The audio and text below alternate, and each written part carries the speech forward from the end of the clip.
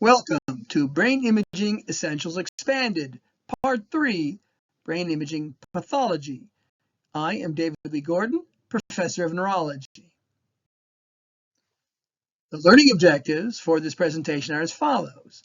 Upon viewing this presentation, learners should be able to distinguish normal and abnormal CT and MRI scans of the brain, identify acute blood on CT scan of the brain, define and identify mass effect on brain imaging, identify the following lesions on brain imaging: intracerebral hemorrhage, subarachnoid hemorrhage, interventricular hemorrhage, ischemic stroke, subdural hematoma, epidural hematoma, cerebral contusion, brain abscess, brain tumor, multiple sclerosis plaques, migraine hyperintensities, diffuse cerebral atrophy, and hydrocephalus.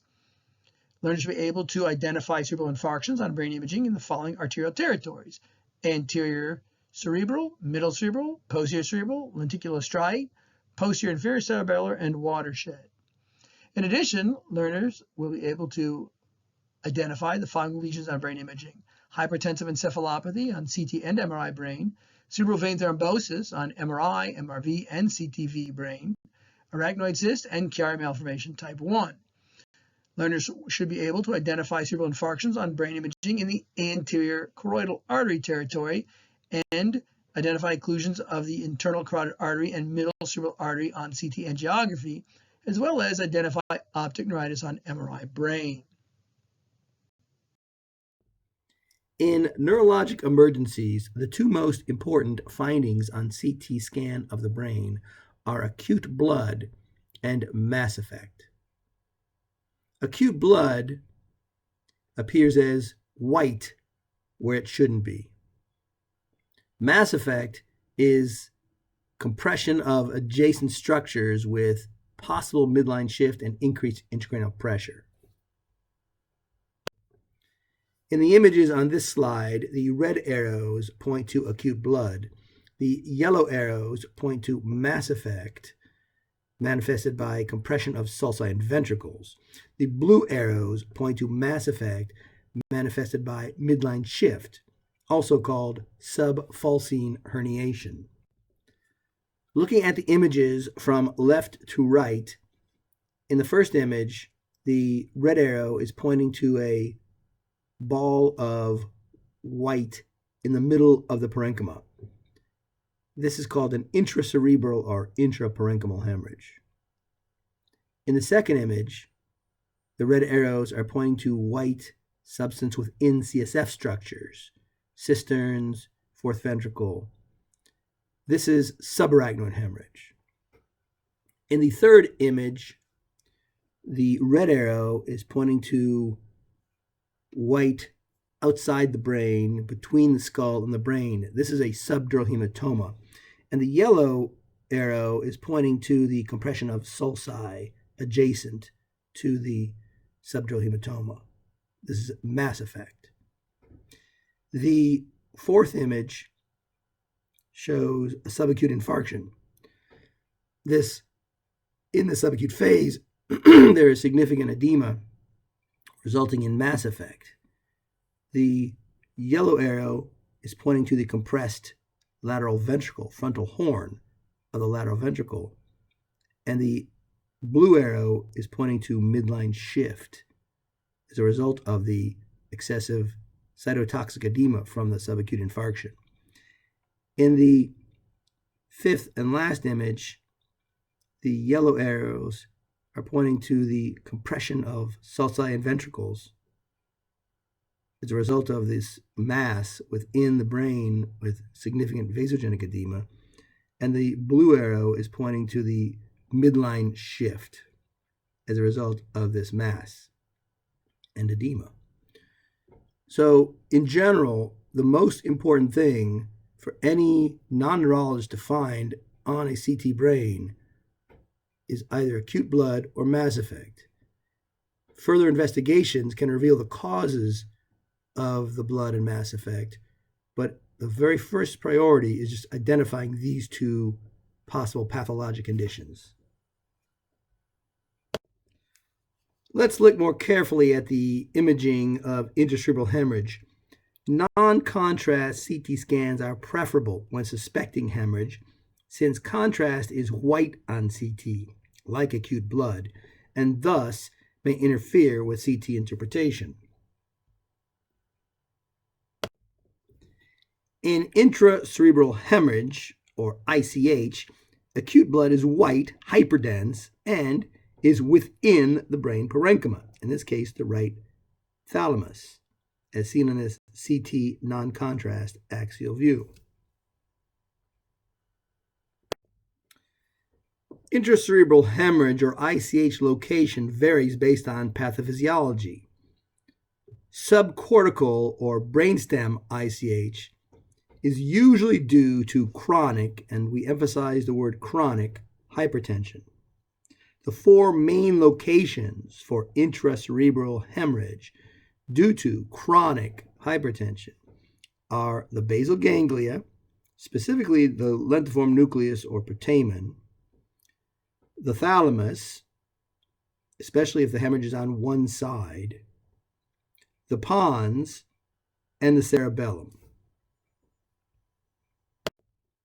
Here are four images of ICH due to chronic hypertension.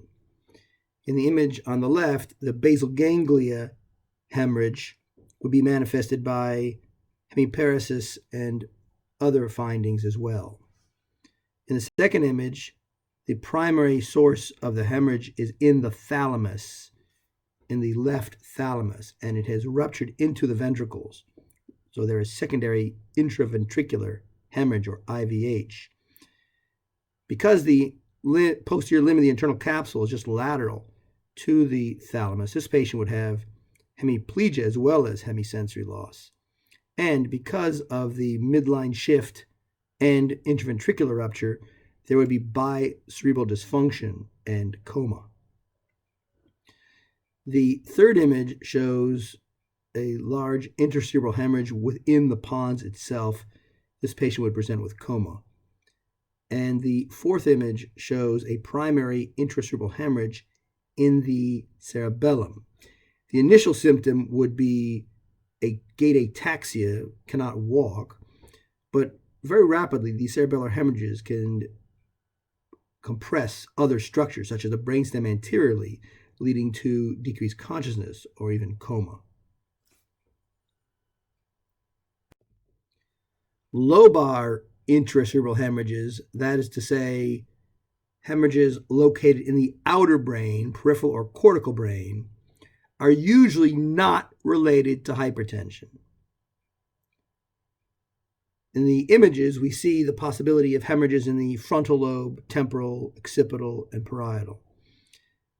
And the actual left parietal lobar ICH seen on the image to the far right.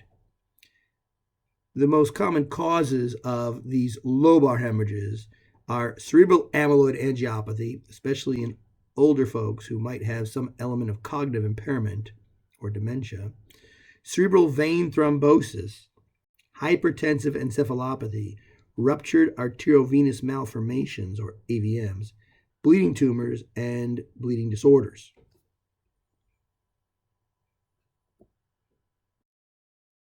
Cerebral amyloid angiopathy is the most common cause of lobar hemorrhages in elderly patients, particularly those with dementia or mild cognitive impairment.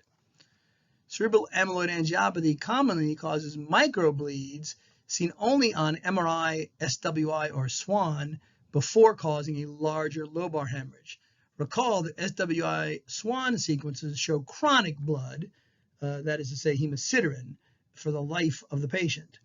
A 62-year-old man in this case has new onset focal impaired awareness or complex partial seizures due to a microbleed seen on MRI SWAN but not on other MRI sequences. So note the image to the left, an MRI T2 flare shows large temporal horns consistent with and diffuse cerebral atrophy, consistent with perhaps a dementia, but no evidence of hemorrhage.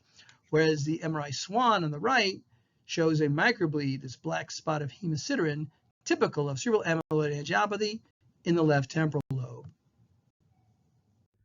Although cerebral vein thrombosis is a clotting disorder, the increased pressure within the veins as a result of the thrombosis can lead to intraparenchymal hemorrhages within the brain.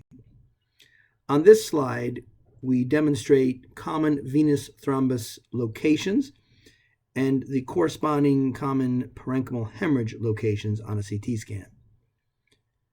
To the far left, a transverse or sigmoid sinus venous thrombosis might result in a temporal lobe hemorrhage. A transverse or superior sagittal sinus thrombosis in the second CT might result in an occipital lobe hemorrhage. In the third image, the superior sagittal sinus thrombosis commonly results in a parasagittal frontal or parietal lobe thrombosis.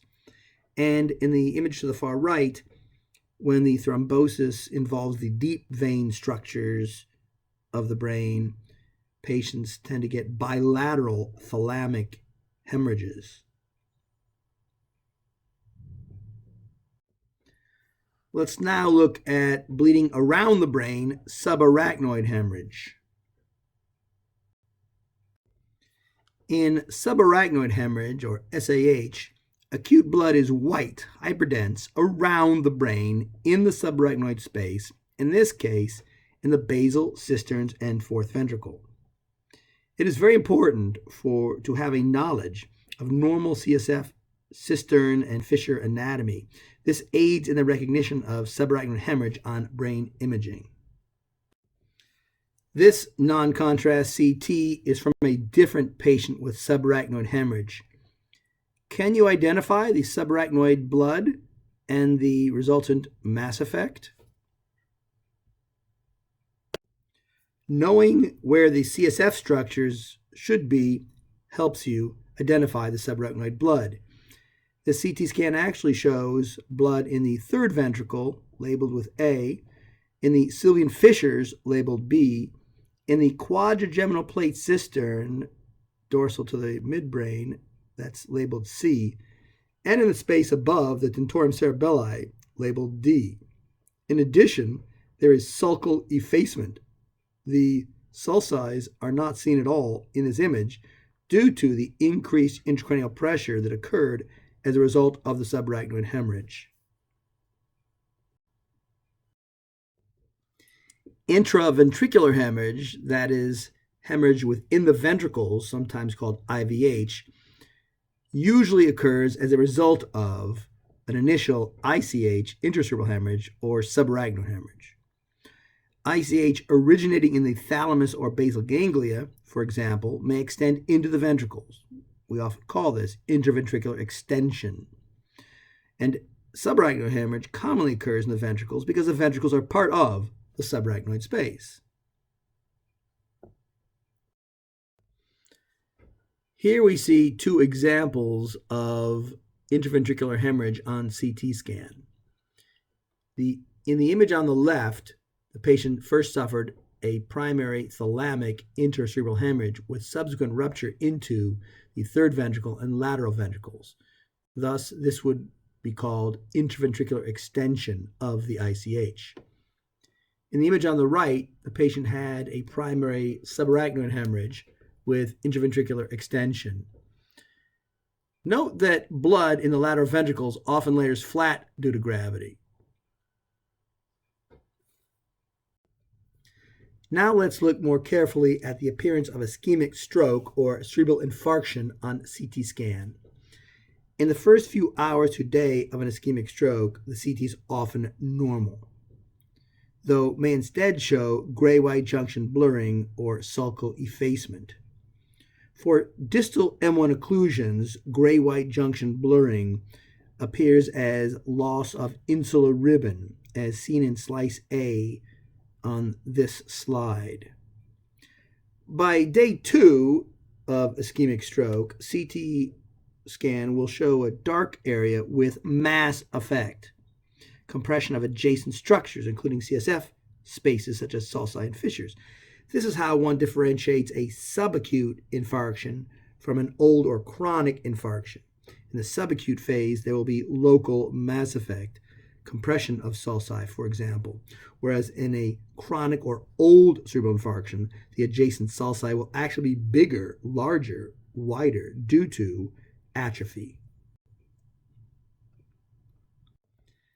This is the non-contrast CT scan of a patient who presented 4 hours after developing global aphasia and right hemiplegia.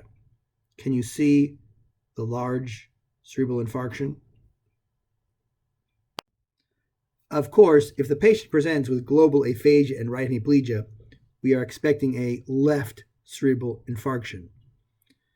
On the normal unaffected side, the right side, one can see the normal gray-white junction. That is that distinct ribbon of cortical gray matter that is lighter in color, lighter gray than the subcortical white matter. One can also see normal sulci, normal wrinkles on that side of the brain of CSF. The affected left side, however, already at 4 hours shows a large acute MCA territory infarction with blurring of the gray-white junction and sulcal effacement. Here is the same image again without labels. Do you now see the large acute cerebral infarction on the left? This non-contrast CT image is from the same patient with global aphasia and right hemiplegia 4 days after last known well. Subacute infarctions are more easy to detect on CT scan. Note the subacute infarction is dark or hypodense with mass effect. Notice the compressed lateral ventricle on the left. This darkness and mass effect is due to cytotoxic edema. The cells die and rupture in the infarction, and this occurs days 2 to 5 after ischemia and affects both gray matter and white matter. Notice on the other side, the right side, unaffected, still has normal lateral ventricles.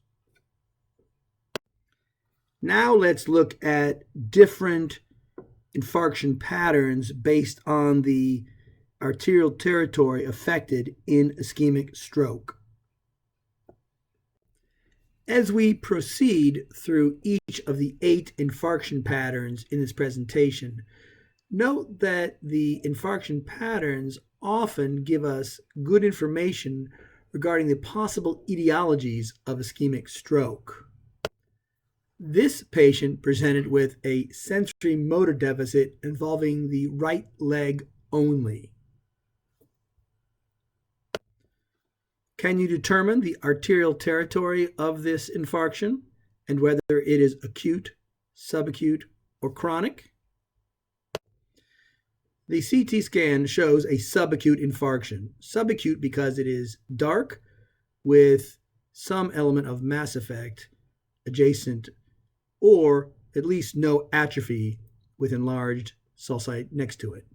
This subacute infarction is in the proximal ACA territory involving the medial cortex, in this case the medial frontal cortex. Proximal ACA occlusions involve the frontal lobe and may also involve the parietal lobe. More distal ACA occlusions only involve the parietal lobe. ACA territory infarctions are often due to large artery atheroembolus from an intracranial proximal anterior cerebral artery stenosis. This patient presents with aphasia, right visual field deficit, a left gaze preference, and a sensory motor deficit involving the right face and right arm. Can you determine the arterial territory of this infarction and whether it is acute, subacute, or chronic? This CT scan shows a subacute infarction, once again because it is dark with mass effect, and it is in the middle cerebral artery or MCA territory, suggesting a distal M1 segment occlusion because it involves the cortex and spares the subcortex. This pattern is usually due to distal M1 occlusion by a cardioembolus or large artery atheroembolus from internal carotid artery stenosis. Distal M1 occlusion results in face and arm weakness and spares the leg. The earliest sign of acute distal M1 occlusion is blurring of the insular cortex, often called loss of insular ribbon. This patient presented with a sensory motor deficit involving the right face, arm, and leg, consistent with the pure sensory motor lacunar syndrome. The three lacunar syndromes that all viewers of this presentation should know are pure motor, pure sensory, and pure sensory motor. More advanced viewers, such as neurology residents and neurologists, should also be able to identify ataxic hemiparesis, dysarthria, clumsy hand, and hemibolismus as lacunar syndromes. Can you determine the arterial territory of this infarction and whether it is acute, subacute, or chronic? This patient's infarction appears as a small black dot in the left cerebral hemisphere, specifically in the lenticulostriate or MCA penetrator territory in the subcortical white matter, in this case, the corona radiata. Small artery territory infarctions may be due to local thrombosis due to small artery disease or lacoon, local thrombosis due to hypercoagulable state, large artery atheroembolus or cardioembolus. When due to small artery disease, these are called lacunar infarctions. One does not use the term lacoon or lacunar when the small artery territory infarction is due to a cause other than small artery disease. Please note that it is nearly impossible to determine whether lacunar infarctions are acute, subacute, or chronic. This patient presented with a right visual field deficit and right hemisensory deficit involving the face, arm, and leg. Can you determine the arterial territory of this infarction and whether it is acute, subacute, or chronic? This patient's CT shows a subacute infarction, subacute because it is dark with mass effect. Note compression of the atrium of the lateral ventricle on the scan. In the proximal PCA territory, proximal because it involves both thalamus and occipital lobe. Note that a distal PCA occlusion would spare the thalamus. Distal PCA occlusions are usually due to embolism, either cardioembolism or large artery atheroembolism. Proximal PCA occlusions may be due to either embolism or local large artery atherosclerosis in the posterior cerebral artery itself. This patient presents with neurobehavior deficits and visual field deficits with visual hallucinations bilaterally. Can you determine the arterial territory of this infarction and whether it is acute, subacute, or chronic? This patient's CT scan shows infarctions in the watershed territories primarily, as depicted by the three arrows. In this case, the watershed infarctions are worse on the left than the right, with concurrent left middle cerebral artery territory infarction outlined with the red broken line. This is going to be due to hypotension in a patient who also has a left internal carotid artery occlusion and right internal carotid artery stenosis. Watershed and border zone are equivalent terms. And please note that microemboli can also travel to arterial border zones or distal arterial territories and mimic a stroke due to hypotension. In general, motor deficits are minimal to non-existent in watershed strokes because, as one can see from the arrows, the watershed or border zones are anterior to and posterior to the primary motor strip in the frontal lobe. In this case, however, the patient may have had also a right hemiparesis because the left internal carotid artery was occluded, leading to both an MCA territory infarction on the left and the bilateral watershed infarctions. This patient presented with right arm weakness, a motor deficit of the right arm, and we show his MRI scan images. Can you determine the arterial territory of this infarction and whether it is acute, subacute, or chronic? This patient's MRI images shows a frontal cortex infarction in an MCA branch or middle cerebral artery branch territory that occurred recently, within a few weeks, since it is seen on both DWI and ADC, but is likely at least 1 to 2 days old since it also is seen on FLAIR. A distal cortical pattern is most consistent with embolism from carotid artery, so-called large artery atheroembolism, or the heart, cardioembolism. This patient presented with a sensory motor deficit involving the right face, arm, and leg, and we show his MRI DWI scan. Can you determine the arterial territory of this infarction and whether it is acute, subacute, or chronic? This patient's diffusion-weighted MRI shows an acute or possibly subacute infarction in the anterior carotid artery territory, in the subcortical white matter, in this case the posterior limb internal capsule. The anterior carotid artery is a very small artery, not usually seen on CTA, MRA, or catheter angiography. It originates from the distal internal carotid artery, or less commonly, the proximal middle cerebral artery. Because it is small and comes off the ICA at a right angle, anterior carotid artery territory infarctions are usually due to local thrombosis due to either small artery disease or hypercoagulable states, though complete anterior carotid artery territory infarctions may be due to embolic occlusion of the distal ICA. The anterior carotid artery does supply the mesial temporal lobe, and so when there's a complete anterior carotid artery territory, there may be other less common anterior carotid artery territory symptoms such as hemianopsia, aphasia or neglect, and other lacunar syndromes. This patient presented with right facial pinprick sensory loss, a right Horner syndrome, and right hemibody ataxia, as well as contralateral body pinprick sensory loss.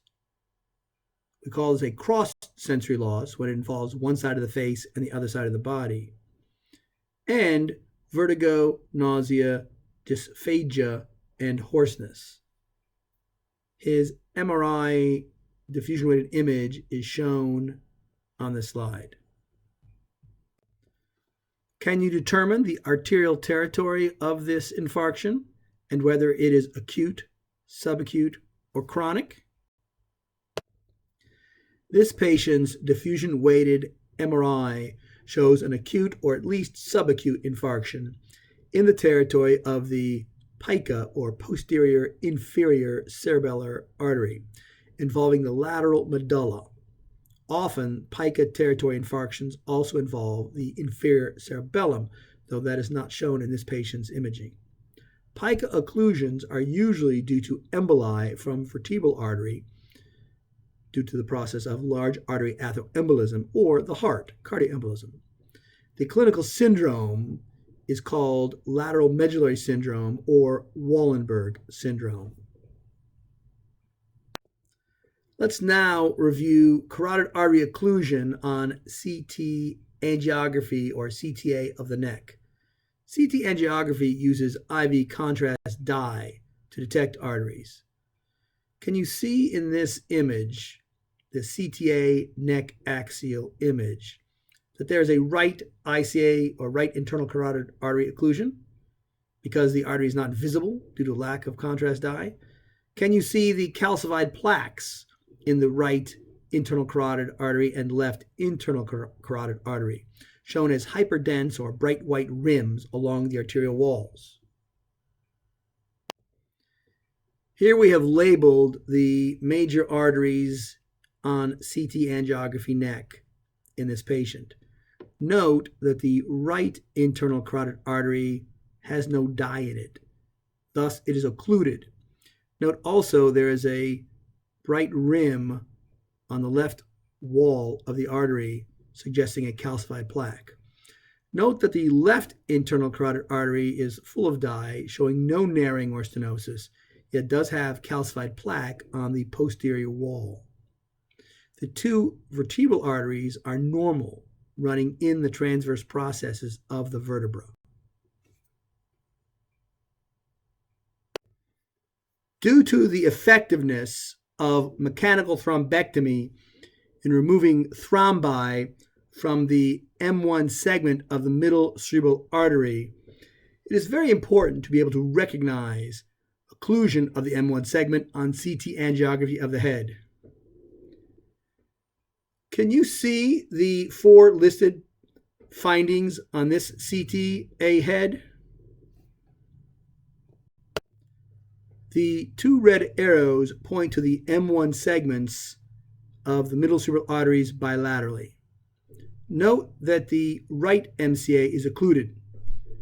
That is to say, one does not see contrast dye after the beginning of the M1 segment, whereas the left MCA M1 segment is patent with good contrast demonstration. Further evidence that there is in fact a right M1 occlusion and that the lack of visualization of the M1 is not just due to asymmetric cuts of the CTA is the absence of right MCA cortical branches on the CTA head, shown here with the yellow arrow labeled R. It is even easier to determine that the right MCA cortical branches are absent when one compares the intact left MCA cortical branches on the other side. Here, all four findings are labeled: the occluded right MCA, the patent left MCA, the absent right MCA cortical branches, and the intact left MCA cortical branches. Now let's look at the appearance of non-penetrating traumatic brain injury on brain imaging. There are four main types of non-penetrating traumatic brain injury that we will review: subdural hematoma, epidural hematoma, cerebral contusion, and diffuse axonal injury. In subdural hematoma, there is extraaxial blood. The blood or hematoma is outside the brain, extraaxial. When the subdural hematoma occurs lateral to the brain, the blood layers concave to the brain in a crescent shape. When the subdural hematoma occurs in the midline along the falx, we call this a parasagittal location. Epidural hematomas are also extraaxial hematomas outside the brain, but they are associated with skull fractures and layer convex to the brain because they are due to an arterial tear.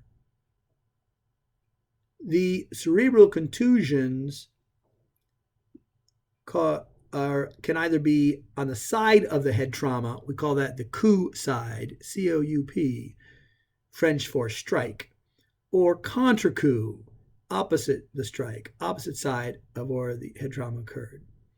In this case, there are intraaxial multiple small hemorrhages at the coup site due to the direct trauma and contre-coup site due to opposite side of the brain striking the skull. Diffuse axonal injury occurs when there is a sudden acceleration-deceleration injury to the brain. In this case, there are intraaxial multiple small petechial hemorrhages at the gray-white junction. This non-contrast CT shows a left subdural hematoma. Subdural hematomas are due to closed head trauma without skull fracture, with tearing of bridging veins. They accumulate at variable rates, from acute to subacute to chronic, and they layer along the dura like a crescent concave to the brain when they are lateral. Acute subdural hematomas are white on CT and cause mass effect. And CT without contrast is the best initial study to detect acute blood and to determine if there's also happens to be a skull fracture, though in general, subdural hematomas are not associated with skull fractures. Now let's look at the appearance of subdural hematoma over time on a CT scan.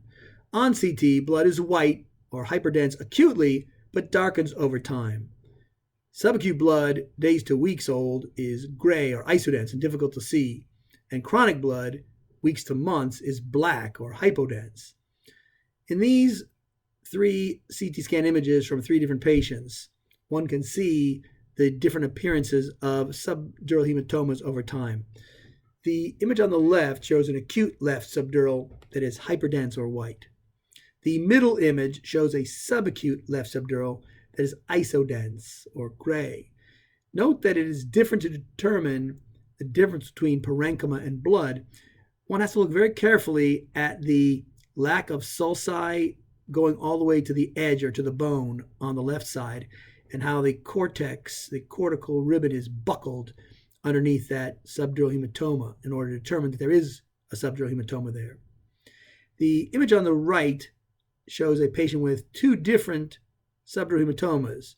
There's a chronic right subdural hematoma that is black or hypodense, and then there's a left acute subdural that is hyperdense.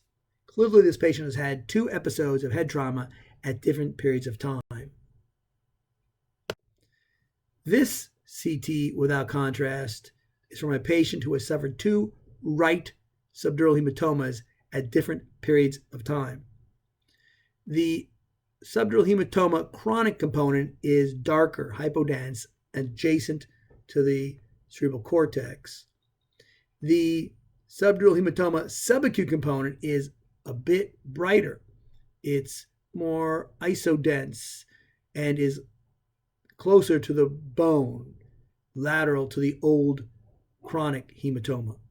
Since subacute subdural hematomas are isodense with brain parenchyma, they may be difficult to detect on CT.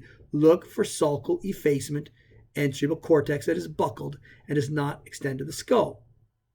Chronic subdural hematomas are often asymptomatic, especially in older patients with brain atrophy. But acute bleeding into an old subdural hematoma may cause symptoms months after the initial trauma, causing initial confusion as to the cause of the patient's deficits. MRI brain can be very helpful for detecting subacute subdural hematomas. MRI brain without contrast is actually superior to a CT for subacute blood detection, since subacute blood is white on MRI, hyperintense due to methemoglobin, and gray on CT or isodense. Look at these 2 scans from the same patient on the same day. On the left is a CT scan, and you can see the adjacent scalp swelling outside the skull to show that there was head trauma. And you really barely see, if at all, the iso to hypodense subdural just underneath the brain, just underneath the scalp swelling in the right hemisphere. The MRI flare more clearly shows the hyperintense subdural hematoma on the right. Unlike subdural hematomas, epidural hematomas are due to open head trauma, skull fracture, and tearing of the middle meningeal artery, and thus accumulate rapidly and typically form a bulge convex to the brain. This patient, for the image shown here, suffered severe head trauma with both subdural and epidural hematomas. The A labels the acute right subdural hematoma over the convexity, concave to the brain. B labels the acute subdural hematoma that is interhemispheric or parasagittal. And C labels the acute left epidural hematoma convex to the brain. Now let's look at the appearance of cerebral contusion with an associated closed skull fracture on CT scan. First, note that changing the CT window or density in the radiology software facilitates identifying fractures. Let's look at these images, non-contrast CT axial view of a 60-year-old man who tripped and fell backwards with parieto-occipital head trauma and subsequent complex partial seizure with secondary generalization. Slice B, showing the brain parenchyma window, shows scalp swelling outlined by the arrow at the trauma site, but does not show a fracture. When one changes the density window on the same slice, slice B, we call it the bone window, it shows the scalp swelling still at the white arrow at the trauma site, but also shows a non-displaced fracture, very subtle non-displaced fracture outlined by the arrow that is yellow with black lines in it. The image to the right is the slice below the previous slice, a CT scan calling this slice A, again showing the brain parenchyma window. And it shows, interestingly, a contra-coup lesion, a frontal contusion opposite the trauma site that is the cause of the patient's seizure. Now let's look at the appearance of an abscess, in this case a toxoplasmosis abscess, on an axial CT scan without contrast. Can you identify the 4 pathologic features listed on this slide? The arrow on this slide points to the center of the abscess itself. Note the vaguely hyperdense ring within the larger area of hypodensity. The dark areas around the abscess ring represents vasogenic edema. Vasogenic edema is due to mass lesions, typically abscesses or tumors, and represents blood-brain barrier disruption, and it only involves the white matter. That is because vasogenic edema is due to water leaking out of arteries, and when it leaks out into the brain parenchyma, it naturally goes to the less dense areas. The water cannot penetrate the very densely compact neurons of the cortex, basal ganglia, etc., the gray matter. Instead, it tends to permeate the more fluffy or less dense white matter. So in general, a great way to determine if edema is due to vasogenic or cytotoxic edema is to see if the edema stays only in white matter. If it only goes in white matter and does not go into gray matter, it is vasogenic edema, and one must be concerned about an abscess or tumor. The abscess and vasogenic edema in this patient have clearly caused mass effect with compression of the ipsilateral ventricle. This patient's abscess and vasogenic edema have also clearly caused mass effect with subfalcine herniation or midline shift. In this case, right to left shift.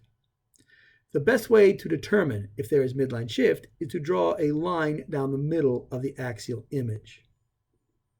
The best way to quantify the amount of midline shift is to draw a second line perpendicular to the first line, and then measure the exact number of millimeters of shift across midline.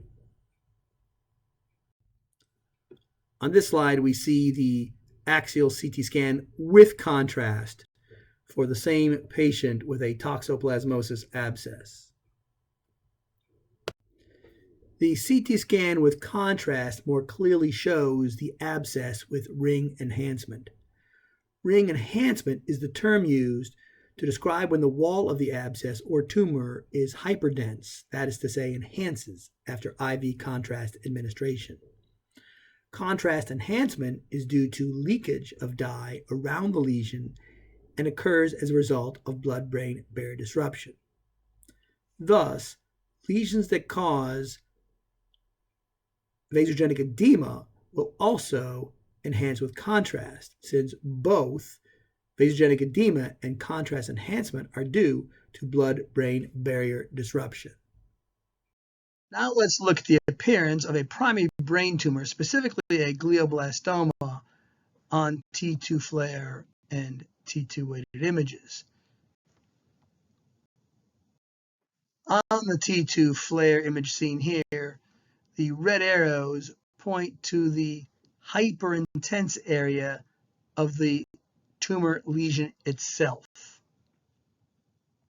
On this slide, green arrows outline the extensive vasogenic edema surrounding the glioblastoma. Vasogenic edema appears white or hyperintense on T2 FLAIR and T2 weighted images. Brain tumors tend to disrupt the blood-brain barrier, resulting in seepage of fluid around the tumor. And because the white matter is spongy or less dense than the compact gray matter, the fluid of vasogenic edema tends to track only in the white matter, resulting in this finger-like projections appearance of the vasogenic edema on brain imaging. On the same T2 FLAIR image of this patient with glioblastoma, the yellow arrow is pointing to the area of central necrosis of the tumor. We perform T1 weighted MRI images in patients with suspected brain tumor to determine if there is enhancement with gadolinium contrast. On this slide, you see T1 weighted MRI images of the same patient we previously saw with abnormalities on T2 FLAIR. And notice on T1 without gadolinium contrast, the green arrow pointing to a hypodense lesion typical of T1. On this slide, the yellow arrow is pointing to an area that has mixed colors. There's an element of hyperintensity. If necrosis occurs in a brain tumor, there may be areas of increased or decreased signal due to blood products at different stages within the lesion. When we add gadolinium contrast to a T1 weighted image in a patient with a brain tumor, there is typically enhancement, that is whiteness or hyperintensity surrounding the tumor. This is due to leakage of the contrast or dye around the tumor due to blood-brain barrier disruption. So in other words, the reason for enhancement with contrast is exactly the same as the reason for vasogenic edema. The tumor causes blood-brain barrier disruption, which leads to vasogenic edema, best seen on T2 weighted image and FLAIR, and shows gadolinium contrast enhancement, best seen on a T1 with gadolinium enhancement given IV. Now let's look at the appearance of meningiomas on CT and MRI brain. Meningiomas are benign, that is to say, non-cancerous tumors of dural tissue. Rarely, meningiomas can grow and cause life-threatening mass effect. Most meningiomas found on brain imaging are actually incidental and asymptomatic. The three images on this slide are from the same patient at around the same time. The image to the left is CT without contrast. Because meningiomas are very calcified, they usually appear white or hyperdense on CT scan. You can see that this patient has two meningiomas. The one more anteriorly is along the falx between the two frontal lobes. The lesion more posteriorly is behind the cerebellum, likely along the tentorium cerebelli. They are white without contrast because they are calcified and so appear to be hyperdense on CT. The middle image for the same patient is the MRI T1 without contrast. The posterior fossa meningioma actually is not visible without contrast on the MRI T1.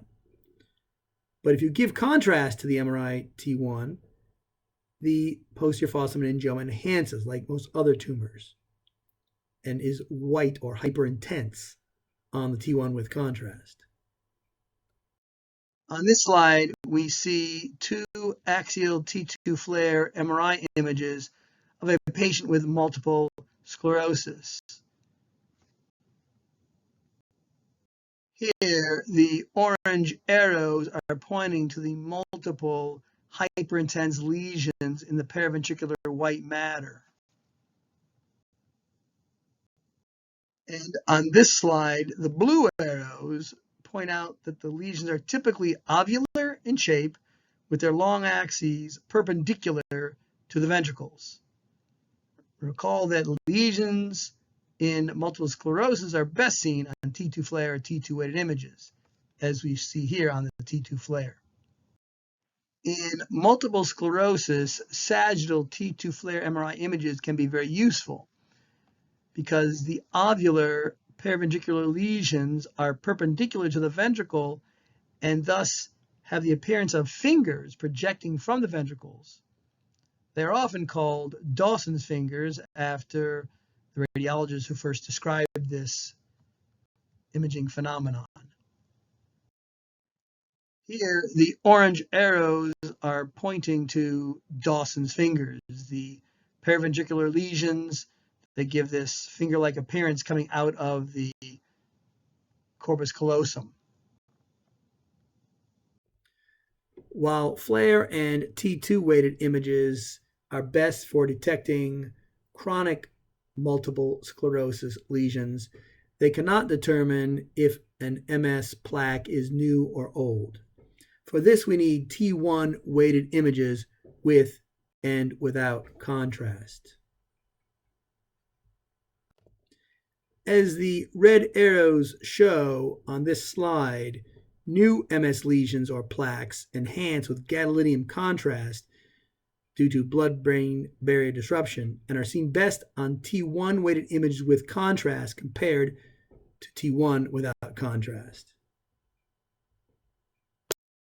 In patients with end-stage multiple sclerosis, the brain on MRI, and here MRI T2 flare, shows marked diffuse cerebral atrophy and extensive white matter hyperintensities. Now let's look at the brain imaging appearance in a patient with neuromyelitis optica. Myelitis refers to spinal cord inflammation. Optica refers to the optic nerve. Patients with NMO have inflammatory lesions of the spinal cord and optic nerve. As with multiple sclerosis, only acute NMO lesions enhance with contrast. On this slide, we have two MRI T1 weighted coronal images with contrast. Both are with contrast of a patient with NMO. And we can see on the image to the left that there is contrast enhancement of the optic chiasm. It is whiter than it should appear. And on the lesion, on the image to the right, we see that the left optic nerve also continues to enhance when we take a slice more anteriorly. This is evidence of acute inflammation of the optic chiasm and nerve, in the left optic nerve in a patient with NMO. Deep white matter hyperintense lesions are common in patients with migraine with aura. They are often called unidentified bright objects, or UBOs. They are white on T2 and T2 flare, located at the gray-white junction, not around the ventricles. They are not paraventricular like in MS. They tend to be small, round, not ovular like in MS, with indistinct borders, and yet they are often confused with multiple sclerosis plaques or strokes, and are sometimes labeled as evidence of small vessel disease or arteritis or vasculitis. In fact, they have no clinical relevance, and further evaluation is not necessary, and one must reassure the patient that these dots, these hyperintense lesions, so-called lesions on the MRI, are of no consequence.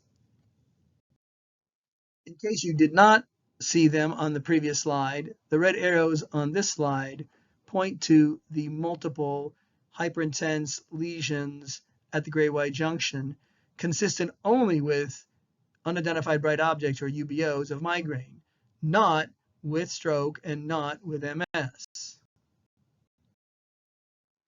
On this slide, the three different causes of subcortical white matter hyperintense lesions on T2 flare are compared on this together.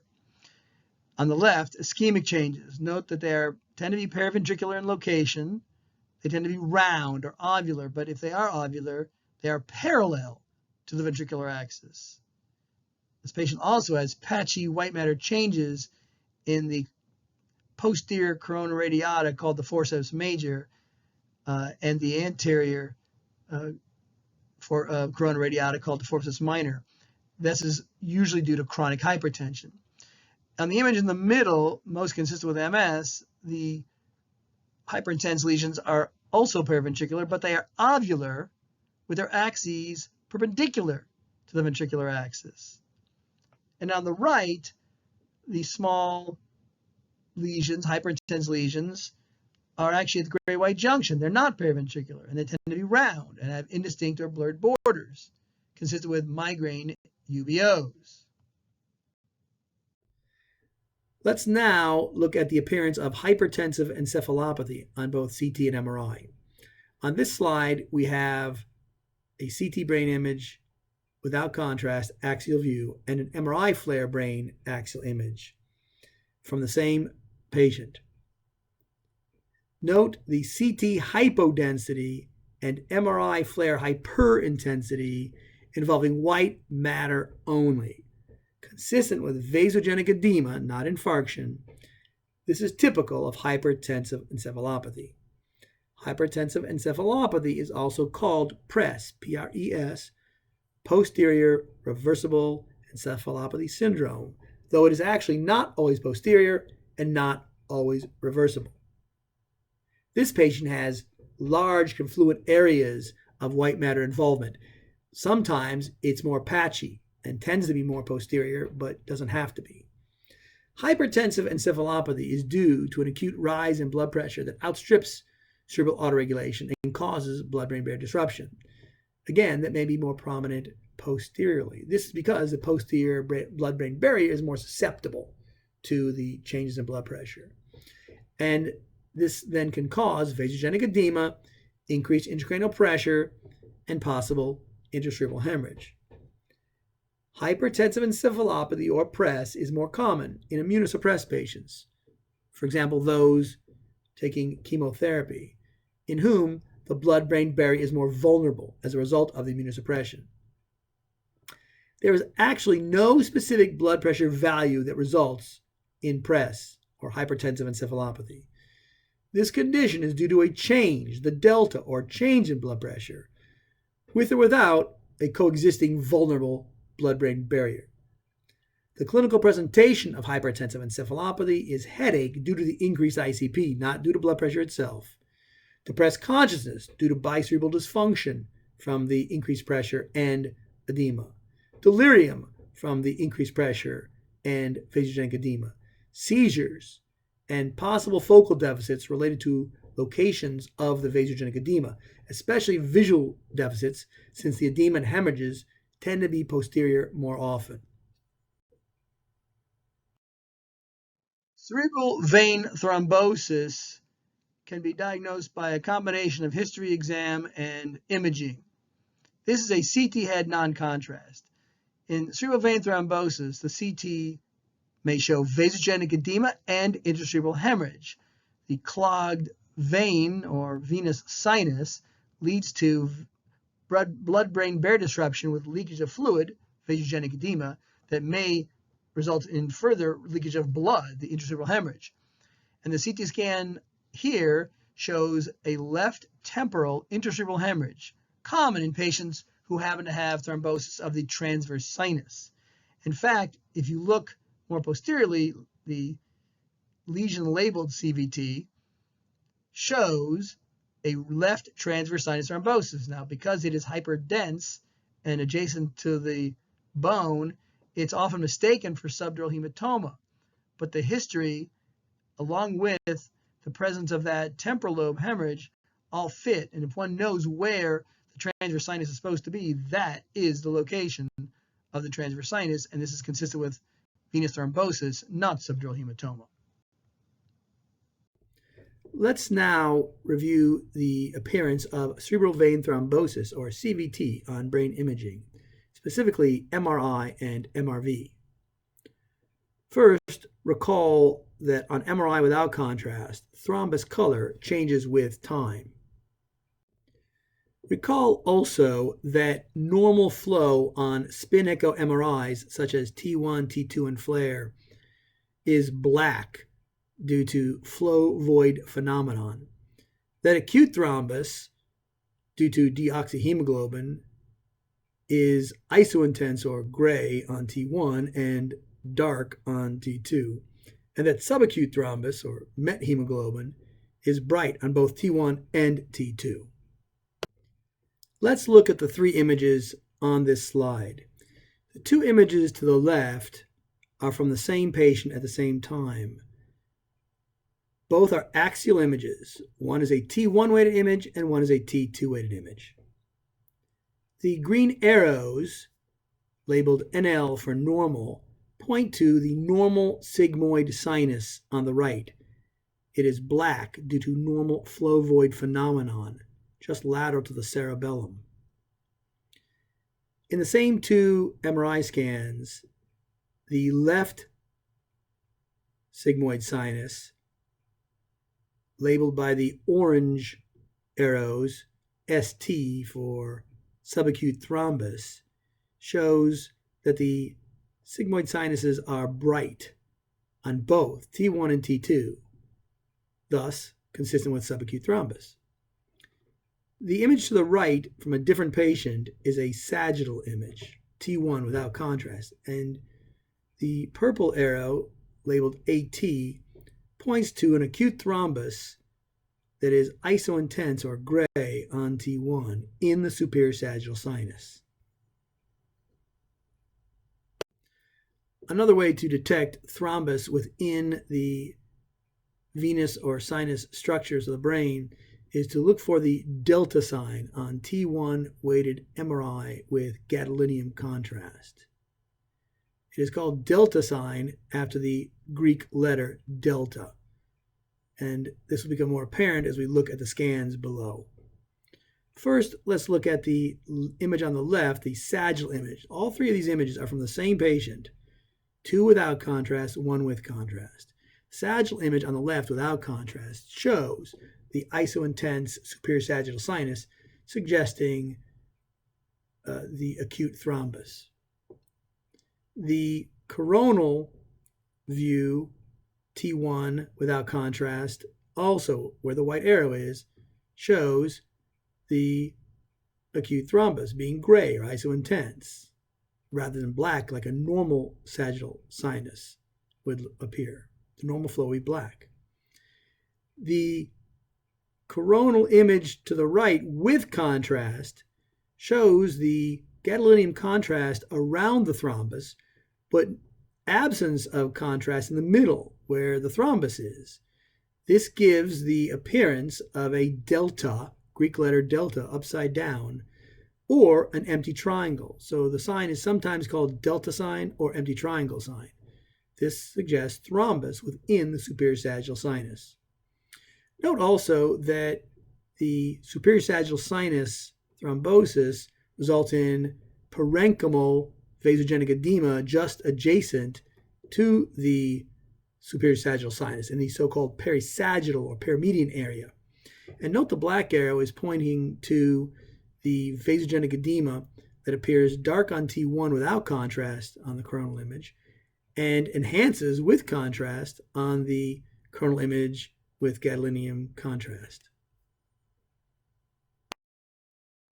Similar to a previous slide in this presentation, we are showing here the locations of edema or intracerebral hemorrhage in patients with cerebral vein thrombosis. But on this slide, we are showing you the corresponding venous anatomy with the hemorrhage. So on the far left, you can see the red arrows are pointing to the transverse sinus leading into the sigmoid sinus. When that area of the sinovenous system is thrombosed, it often results in temporal lobe edema or intracerebral hemorrhage. The next two images show a red arrow at the torcular hierophili, or where the transverse sinus meets the superior sagittal sinus. And if there's thrombosis in that area, you tend to get bilateral, unilateral or bilateral, occipital lobe edema and intracerebral hemorrhage. In the third set of images, we see the arrow pointing to the superior sagittal sinus. And when thrombosis occurs there, you tend to get parasagittal edema, frontal or parietal edema or hemorrhage, and it can be unilateral or bilateral. And on the far right, we have the arrows really in the location of where the thalamus is, because the deep veins surround the thalami. That's why they curve like that. And when those are thrombosed, you tend to get edema or hemorrhage in the thalami on one side or the other, or both, edema or hemorrhage. Let's now look at 4 images from the same patient, a T1, T2 flare, and DWI, looking at the parenchymal lesions that can result from a CVT and appear on MRI. This is a 30-year-old postpartum woman with Crohn's disease who presented with headache, receptive aphasia, and right superior quadrantopsia. She was subsequently found to have low free protein S. The postpartum state, Crohn's disease, and protein S deficiency are all associated with a hypercoagulable state and were the cause of her cerebral vein thrombosis. On her T1 weighted image without contrast, there is a large iso to hypointense lesion in the left temporal lobe. This large lesion suggests edema.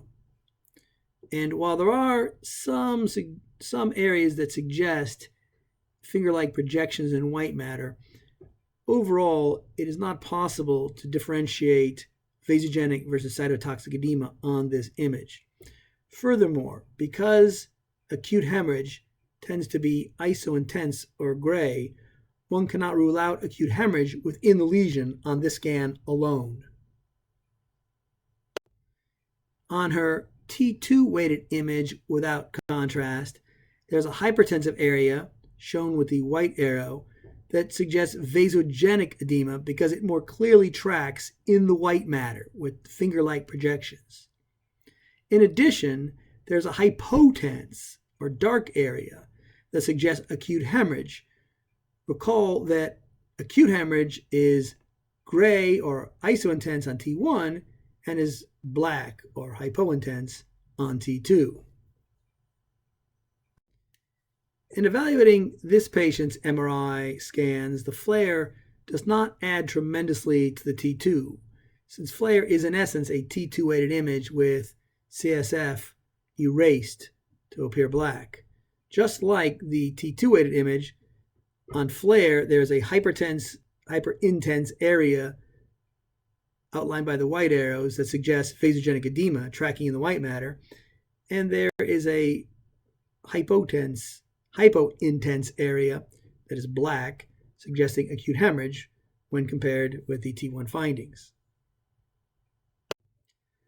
Her DWI, or diffusion weighted imaging, proves that she in fact does not have an ischemic stroke. The lack of hyperintense area suggests vasogenic edema only, not cytotoxic edema. The hypointense area, the black area, still suggests that acute hemorrhage when considered with T1 findings. It is common for interpreters to claim that a patient has a venous infarction just by observing the edema on CT scan or on MRI scan. But only the DWI can tell you for sure that there in fact is no venous infarction. Rather, it is vasogenic edema, not cytotoxic edema, that is usually found in patients with CVT. One can repeat an MRI scan sometime after the initial scan in order to determine if a cerebral sinus has recanalized. One study suggests that cerebral sinus recanalization is maximal by 4 months. So the optimal time for a follow-up scan is 4 months, and there generally is no need to do one beyond that because there is no difference between the appearance of these MRIs at 4 months and 12 months after the initial scan. If any recanalization is going to occur, it's going to occur in the first 4 months. Here we have a patient who, on the left, has a superior sagittal sinus thrombosis on non-contrast T1 scan. The same patient's sagittal T1 MRI without contrast 2 months later shows that the superior sagittal sinus is thinner and has black flow within it. So it has recanalized at this time. This axial T1 MRI without contrast and sagittal T1 MRI without contrast from the same patient shows subacute thrombi in both the cortical veins, shown with the green arrows, and the superior sagittal sinus, shown with the orange arrow. The thrombi within the cortical veins are called cord signs, C-O-R-D, signs, cord signs. When investigating for CVT, one must always compare MRI to MRV and not rely on MRV alone. MRV findings may actually be misleading without comparing the patient's MRI as well. On this patient, this is the same patient's MRI and MRV at the same time. The T1 weighted image without contrast, MRI on the left, shows lack of flow or thrombus in the left sigmoid sinus as shown by the green arrow. The MRV on the right shows a corresponding lack of flow in the left transverse and left sigmoid sinus, again outlined by the green arrows. So in this instance, the MRI and MRV compare favorably. Sometimes they do not. So it is always important to confirm MRV findings with MRI findings as well. CT venography, or CTV, can also be an effective way of diagnosing or visualizing cerebral vein thrombosis. Here we have a case of a 25-year-old right-handed woman who was 6 days postpartum with persistent headache and left sensory motor deficit, arm equal leg. She was later found to have a hypercoagulable state due to an MTHFR 1286AC heterozygote mutation and elevated lipoprotein A of 42.6. If you'll notice on the far left image, the CT head shows both intracerebral hemorrhage in kind of a C shape and vasogenic edema. The CT in the middle, the image rather in the middle, is a CT venography coronal view. And you see that same hemorrhage on the coronal view, but it's in the parenchyma. But at the same time, you see that there's a gap where the dye in the superior sagittal sinus is missing in one area. And if you look to the far right image, you see it more clearly that the dye, the CT venography on the sagittal view, shows the superior sagittal sinus coming from the top posteriorly to the left there, but then there's like a gap in the middle of it. That's thrombus. That's thrombus with a flow, with you're not seeing the dye because the thrombus is in the superior sagittal sinus, and that explains the adjacent edema and hemorrhage. Now let's try to appreciate the appearance of diffuse cerebral atrophy on brain imaging. We will look at MRI flare axial images in 2 different patients.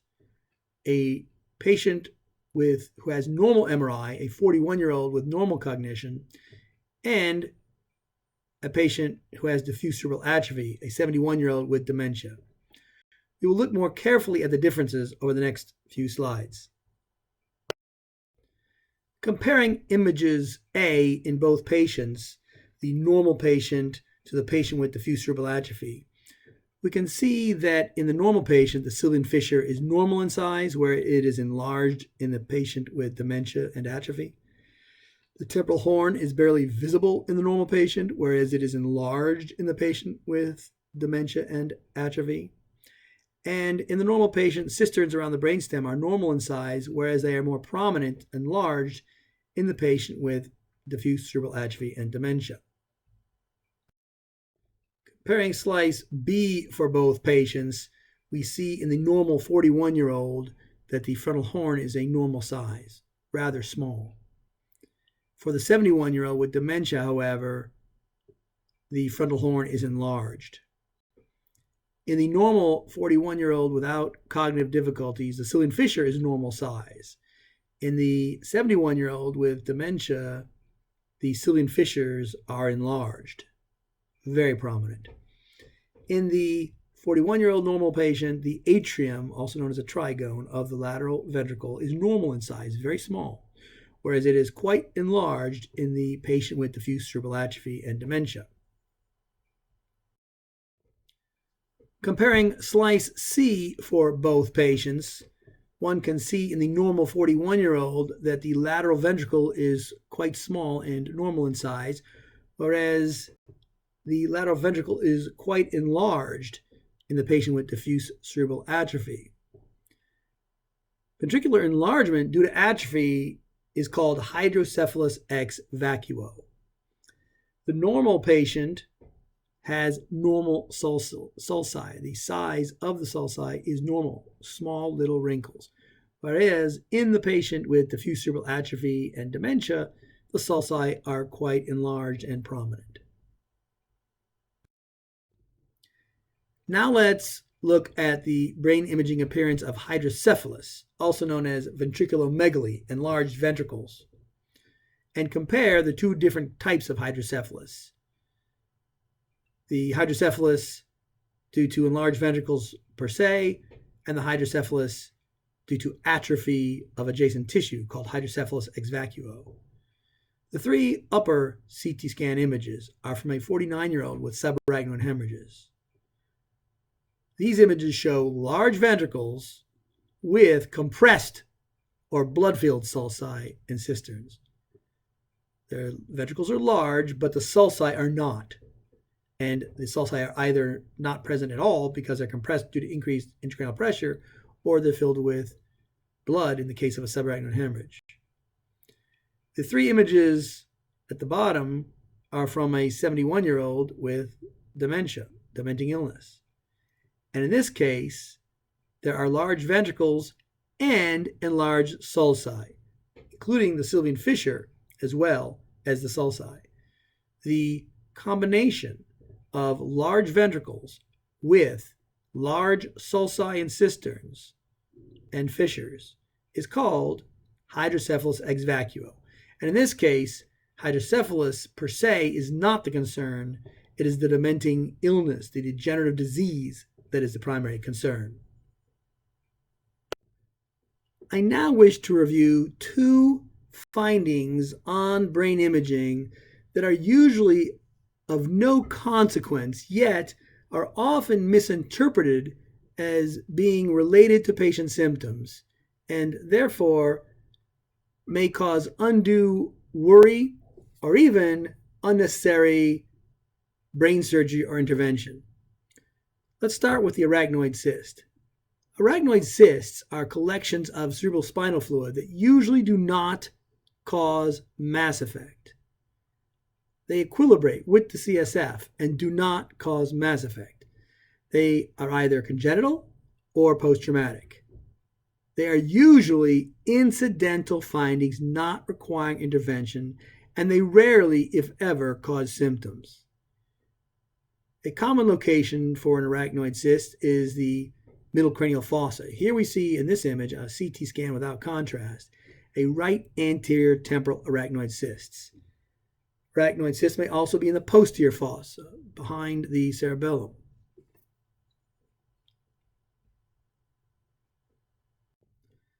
Another finding on brain imaging that sounds scary, but which usually is benign and of no consequence, is Chiari malformation type 1.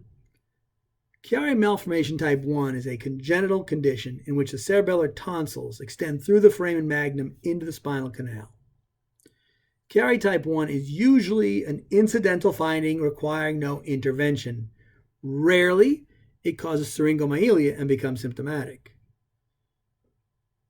Let's look at this patient's CT non-contrast axial view.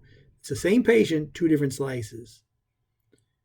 The foramen magnum, the bone at the bottom part of the skull, is labeled. You can see the high cervical spine labeled in the middle. And at the same level, there is cerebellar tonsil on the left. On the right, there's a low medulla and cerebellar tonsil. So the cerebellar tonsils in this patient are beneath the level of the foramen magnum opening. That is Chiari malformation 1. In general, Chiari malformation 1 does not cause headaches, does not cause any symptoms. Only when it compresses the brainstem or causes syringomyelia is it symptomatic, and those are very specific findings with an abnormal exam. I think it's safe to say that if a patient has a Chiari malformation 1 and a normal neurologic exam, then it is an incidental finding and should not be operated on, and no intervention should be attempted. After viewing this presentation, you should be able to accomplish the stated learning objectives reproduced on this slide for your review. This is the end of this presentation, a production of DLGINSITE, Innovative Neuroscience Ideas and Thoughts on Education.